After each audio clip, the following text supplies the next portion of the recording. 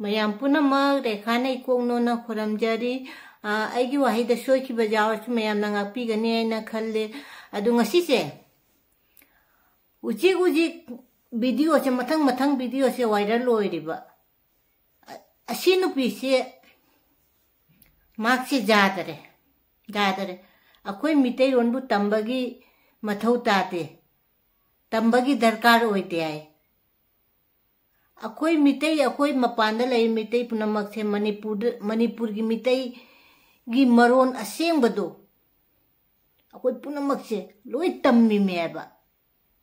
अखोई सिगा अखोई न मपान अखोई मितई सिंसिना कई मयांग जानना लेबनी मणिपुर की असेंब नुंसीब मरोंदो अखोई लोई पुनमक तम्मी अखोई तम्मेबा अदुबु माना हाइसिबु मितई सिबु क्या मखादा दोखादा थादरा वांगांग सिजेंगबा तंबई दरकार तादे है अदु माइगी मचिंदगी दुम तामिनारसी आइगी माइगी वीडियो से मति अमा दुम हापक्के दुम चिंगमिनारसी जे तंबगी हाइबेसु मथौ तादे हाबा असेगी मोलन जे चनदे हाबा अखोसे गादिने मितरोन से चनदे दो जुलदे मितरोन जे नाते मितई मरोन सिबु चनदे है मितई मरोन चनदे हाइरका मितई मरोन करिगी ngangiनो करी लोलिनो मितई मरोंदो हाँ जुमदा दिंगांगे है नंगना सोशल मीडिया दा मितई मरोंदो करी लोलिनो है बा नंग मितई नत्तदी मितई मरोन करी लोलिनो है बा चना दे है दी चना दबा मरोंदो करी सोशल मीडिया दा हापिनो है बा जुमदा गांगना बनंग सोशल मीडिया है दी पूरा मंगना जेंबा प्लेटफॉर्म अमनेबा अदुगैदुगा नंग मितई मरोन कईगी लोलगा मितई मरोन ngangaga करी वीडियो हापिनो आइबा कईगी हापिनो नंग मितई की ई चेली मितई मरोन ngangaga ने नंग न मितई सोशल मीडिया दा हापेदो अदु नंग सोशल मीडिया दा मरोन दो हापकनो मितई मरोन हापकनो आइबा नंग न हामनिंगबा नंग न नमना हांगनिंगबा मरोन दा नंग हाप कईगी हापतिनो मितई दा करी हापिनो हाँ मितई मरोन चना दे मितई मरोन से चना दे हाइब मरोन दो करी सोशल मीडिया दा हापी नो हाइब अब मितई मरोन से मखा थादा दे बा दो को हाइब हेता संगांग आइबा दसी मरोन तंबगी हाइबगी मखो मथौ तादे आइबा मितई मरोन से मखा थादा दे आए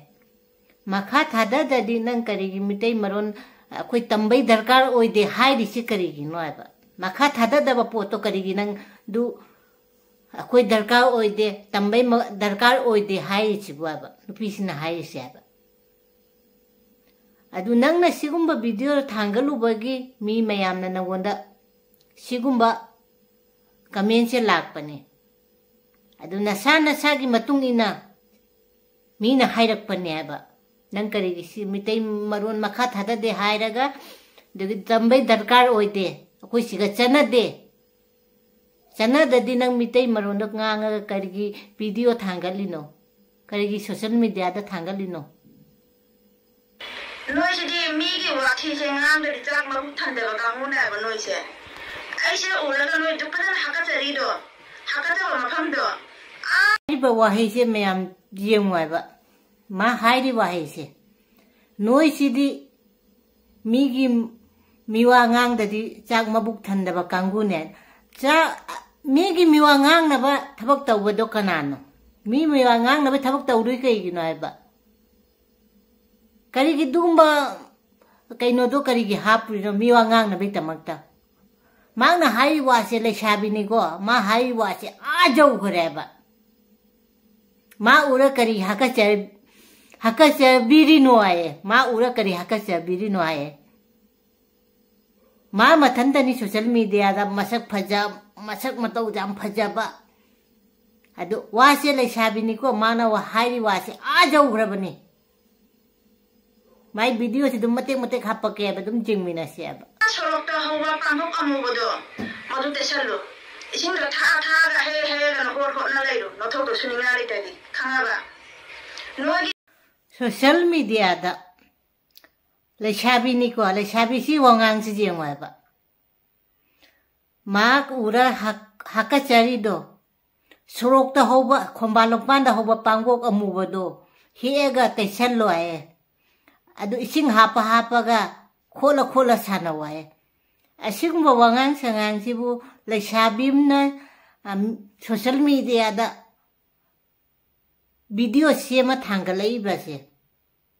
ti karamba mawongi laisabi oirambani aise mayam dum masana masa tak paido Yung sanang dona sum khangale no che kai lam cha chajat mi na do kayam mi macrano kayam le andaba mi no kayam sutolu na dum Magna hairi base jeng noigi wangang sangang sina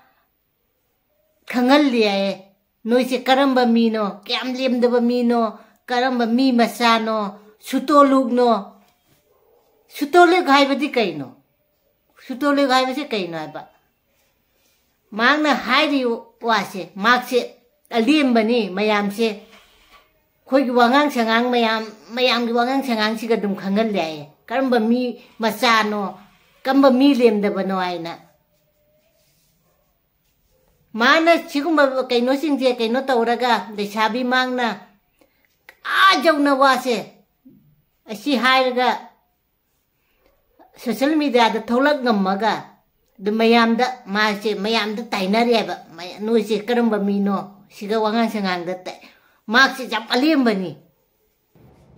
bise warak pe matam hen thare masin bise tiplar warak ninga mi letrobo no to ga karamba mi de warak nage masana dum haijareba okta bise kamaina warai na tipurada masana masagi mafam leibam ju masana dum haijare okta bi kamaina warai ai su masana dum haijare bise lagene okti bise jati puna mana tanga kane wari mitay na tawarak te ko jagadi jati puna mana tanga kane adu okta bise mitay tana warak te ai ma haijare se jati puna manga changaga warai ai mitay khaktana warak te ai jati puna mag changaga okta bise warai ai adu masana dum taksya bani ko adu mayamna takpa matte ba mana masana dum haijarak pani masana okta bisi kamaina warai adu masana dum mayam chu khanga poni mayam chu ura poni ba social media da sugjam haiba ngamba ai sabimna mafamje lowai phula khaibo do adu natte ga ai le mafamje how mayang muslim mite loi na ba dana ne question ne le mafam ne ga khabo le amanda uchitte na nga dine no di mo ene hele mida uchitte base dage amaga haji matam che mi mata ruwa nga daram mi mata war ma darami masa gi imung munung do nam thiba mayam do madum ben channel le wa ga mi gi sumang wa shit kono ga dege mayam aina haise lale lande ai se mayam na dum haibira wa ba ai mana mitei ron chigi kaino tawra lokhat indharaga wangang basi jamna nungaite khoi mitei macha mitei gi I che libani na ne khoi mapanda leiresu manipur gi macha ne khoi punamakse mitei lonche lokhata thadaraga kamba jati gi morono makhat amathakta thangat ni se khoi gi lonche leitrati manipur masi nupi macha se matam leiring da warak watemba adu natradi makse akoi mitei se tamna makhara thada dori akoi manipur akoi leipak akoi di manipur de horakpa macha masu ngotani manipur leipak se leiramdadi akoi mitei ron se mina hangakpada akoi se manipuri mitei ni haibase akoi se haiba ngamoyaba manipur se leitadi asibu mana mitei ronda makha thadra khoi mitei ronche hai tamningai hainingai mathau tade asigumba hairaga mana social media da asigumba kari gi thangali na ba ma haya ningdadi so mina haya ningdadi sigumba video sema kai social media da thangaluri na ba adu masamak la shabeni mana hai wasingche ai ujit manipur da sugjam wana manipur ima maira paibi manipur lairiba parja manipur gi ibung ipa khungai ba sugjam waringai tanja se mana video se mong video se thangalai ba chumba video se bu mai de lan na ta su chumba video se mim na taru bada jamna kaino tawbudo adu oyaba jam chawning ba kaino tawbudo khoi lon chi bu makha thada ba khoi mitei maron se tamningai leite adu natte haiba chi matam leiring ida mak se warak watem na ta hoba adu na ta di mitei gi kaino se mak na jamna kaino tawdore makha da thada dore mayam aina hai ji chumi chumde ai se mayam dum comment tawbiram ma ba nahan su mana mayam na video thangalai se nahan su mana mayam da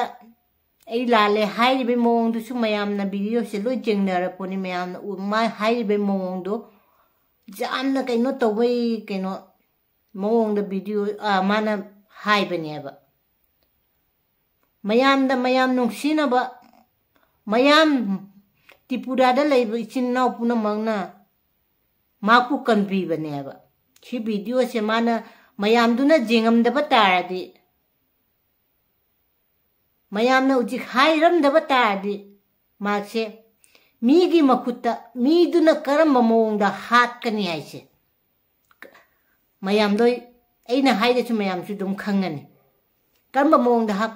tha nipan suba angang ba moina lem na thadraga utup na thoma hat pa ngamba chahi tere nipan gi angang ba karamba phibam da hat li ai se sei humbuni thoi suba ima ba kamba phibam da moina hali karamba minungsi jawdana hali ai se makse maigi mathawai se makse kanbi bane ba miyam na mai mathawai che mai video thengnaru badai mayam na hapak padai mai mathawai che kanbi bane ba duna ta di kamba mong da makse moi da thajaba moi da desa mafam da laira chu moi che thajaba jaba matte ba thani pan chuba angang bu karamba mong da hat khiyai che ase mayam da khuramu na mayam da khuramu ba mayam da khuram jawai ba mayam na kanbi bane ba mayam na si hairak padai nang su kirane ba uji ai moi ga chatka ba adu mayam se nangi ishor nangi line mayam na nang bukan bi bane mayam na si video se jengam da bata di mayam mathang hamna dam da ta di me Tripura da lei ba chinna puna maksu ai le chabi macha chi ga chatlaga hai ro ya ba adu mayam na mathang video se hamna rak bade khoi mitei chingche amatani haina mai gi mathawai che kan bi bane ba mayam aina hai se lali chu mayam amta hai bi ram ba moi di thani pan suba angang tha chahi tare ni pan angang suba bu kamaina hat khike moi gi minung si do minung chuma chinama angang thani pan surbe angang du gu bak minung si jaw dana utup na thoma hat khibado adu magon di makti la shabe ne kramaina sekai na kaino tawraga hat khine ai ba asi khang de ba ma nungai ta badagi mayam na share tawnaraga video se mathang hamna rak pane makse kanbi bane ba aina hai si chummi chumde mayam dam hai biramo aina ayu hai da soi ki bajaw si mayam ngapyu mai gi su hai khara mayam da dum share torok pane ba maksu le shabi macham ne maksi nungai ta badagi video se semak pane social media da thola di khara wahai wata kharang phajana video sem gada bane ba mai gi wahai du na mina hairak pane ai do masana su accept ta wa ba aina si hairu de mina hairak pane ai se matam lai da mayam na ne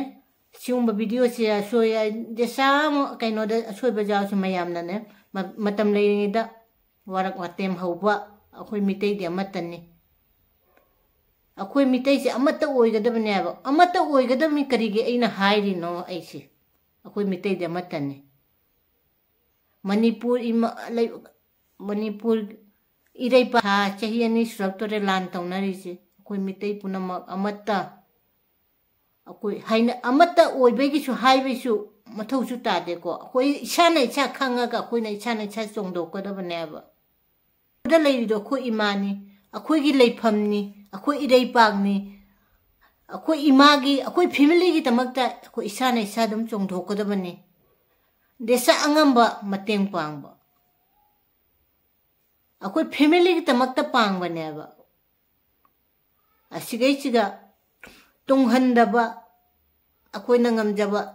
ꯑꯩꯈꯣꯏꯅ ꯆꯠꯅ ꯄꯥꯡꯕ ꯉꯝꯗ꯭ꯔꯁꯨ ꯑꯩꯈꯣꯏꯅ ꯉꯝꯖꯕ ꯃꯅꯤꯄꯨꯔꯗ ꯁꯨꯛꯌꯥꯝ ꯋꯥꯅ ꯍꯧꯖꯤꯛ ꯄ꯭ꯔꯖꯥ ꯁꯨꯛꯌꯥꯝ ꯋꯥꯔꯤ ꯏꯃꯥ ꯃꯌꯥꯝ ꯑꯃ ꯁꯨꯛꯌꯥꯝ ꯇꯨꯝꯕ ꯆꯥꯕ ꯃꯐꯝ ꯃꯔꯥꯡ ꯈꯪꯗꯦ ꯏꯕꯨꯡ ꯏꯄ꯭ꯋꯥ ꯃꯌꯥꯝ ꯑꯃ ꯃꯣꯏꯅ ꯈꯨꯟ ꯉꯥꯛꯑꯒ ꯃꯅꯤꯄꯨꯔ ꯂꯩꯕꯥꯛꯀꯤꯗꯃꯛꯇ ꯈꯨꯟ ꯉꯥꯛꯏꯃꯤ ꯑꯩꯈꯣꯏꯒꯤꯗꯃꯛꯇ ꯉꯥꯛꯏꯃꯦꯕ ꯃꯣꯏꯅ ꯉꯥꯛꯏ ꯈꯨꯟꯁꯦ ꯑꯩꯈꯣꯏ ꯃꯅꯤꯄꯨꯔ ꯂꯩꯇ꯭ꯔꯗꯤ ꯑꯩꯈꯣꯏꯁꯨ ꯂꯩꯇ꯭ꯔꯦ ꯑꯩꯈꯣꯏꯒꯤ ꯚꯤꯗꯤꯑꯣ ꯑꯃꯗꯒꯤ ꯑꯩꯈꯣꯏꯒꯤ ꯁꯣꯁꯤꯌꯦꯜ ꯃꯤꯗꯤꯌꯥꯗ ꯊꯣꯛꯂꯛꯄ ꯑꯩꯈꯣꯏꯒꯤ ꯚꯤꯗꯤꯑꯣ ꯑꯃꯗꯒꯤ ꯃꯅꯤꯄꯨꯔꯗ ꯂꯩꯕ ꯏꯃꯥ ꯃꯅꯤꯄꯨꯔꯗ ꯈꯨꯟ ꯉꯥꯛꯏꯕ ꯏꯕꯨꯡ ꯏꯄ꯭ꯋꯥꯝꯒꯤ ꯃꯄꯥꯡꯒꯜ ꯃꯊꯧꯅꯥ ꯑꯩꯈꯣꯏꯅ ꯊꯧꯒꯠꯄꯤꯒꯗꯕꯅꯦꯕ ꯁꯤ ꯍꯥꯏꯔꯒ ꯚꯤꯗꯤꯑꯣ ꯑꯁꯤ ꯁꯤꯒ ꯑꯗꯨꯝ ꯊꯝꯃꯒꯦ ꯃꯊꯪ ꯚꯤꯗꯤꯑꯣꯗ ꯑꯗꯨꯝ ꯎꯅꯔꯁꯦ